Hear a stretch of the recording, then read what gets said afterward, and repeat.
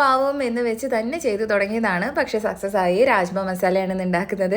അതിനായിട്ട് 3-4 മണിക്കൂർ കുതിർത്ത് വെച്ചിരിക്കുന്ന രാജ്മ കുക്കറിലേക്ക് ഇട്ടു. വെള്ളം ഒഴിച്ചു. നല്ല ജീരകം, ഏലക്ക, മഞ്ഞൾപ്പൊടി, മുളക് പൊടി, ഉപ്പ്, കുറച്ച് കുരുമുളക് ഇതെല്ലാം കൂടെ ചേർത്ത് വേവിച്ച് മാറ്റി വെച്ചിട്ടുണ്ട്. 4 വിസിൽ മീഡിയം ഫ്ലെയിമിലിട്ടിട്ട് ഇനി ഒരു പാൻ എടുത്ത് അതിലേക്ക് നെയ്യാണ് ഞാൻ ചേർക്കുന്നത്. കടുകെണ്ണ വേണമെന്നുള്ളവർക്ക് യൂസ് ചെയ്യാം. നെയ്യ് ഒഴിച്ചു. അതിലേക്ക് പെരുംജീരകം, ഇഞ്ചി, പച്ചമുളക്, വെളുത്തുള്ളി ചതച്ചത്, കുറച്ച് കായം കൂടെ ചേർത്ത് വഴറ്റി അതിലേക്ക് 2-3 സവാള അരിഞ്ഞ് കുനുകുനെ അരിഞ്ഞത് ചേർത്ത് ഉപ്പിട്ട് നന്നായിട്ട് വഴറ്റിയെടുക്കുക. ഇനി ഇതിലേക്ക് മസാലകളായിട്ട് മഞ്ഞൾപ്പൊടിയും ഗരം മസാലയും മുളക് പൊടിയും ചേർക്കുന്നുണ്ട്. മസാലയൊന്ന് മൂത്ത് വരുമ്പോഴത്തേക്കും ഒരു തക്കാളി പേസ്റ്റ് ആക്കിയത് കൂടെ ചേർത്ത് കൊടുക്കും. ഇനി ഇതിലേക്ക് പച്ചമണമൊക്കെ ഒന്ന് മാറുമ്പോഴത്തേക്കും തൈര്, 1 സ്പൂൺ തൈര്, പുളി കുറവാണ് അപ്പം അതിനനുസരിച്ചിട്ട് നിങ്ങൾക്ക് ചേർക്കാം. ഇനി മല്ലിപ്പൊടിയും കുറച്ച് ജീരകം കൂടെ ചേർക്കുക. വേവിച്ച് വെച്ചിരിക്കുന്ന രാജ്മ ചേർത്ത് കൊടുക്കുക. ബട്ടറും മല്ലിയിലയും ചേർത്ത് കഴിഞ്ഞാൽ സംഭവം റെഡി. അടിപൊളിയായിരുന്നു.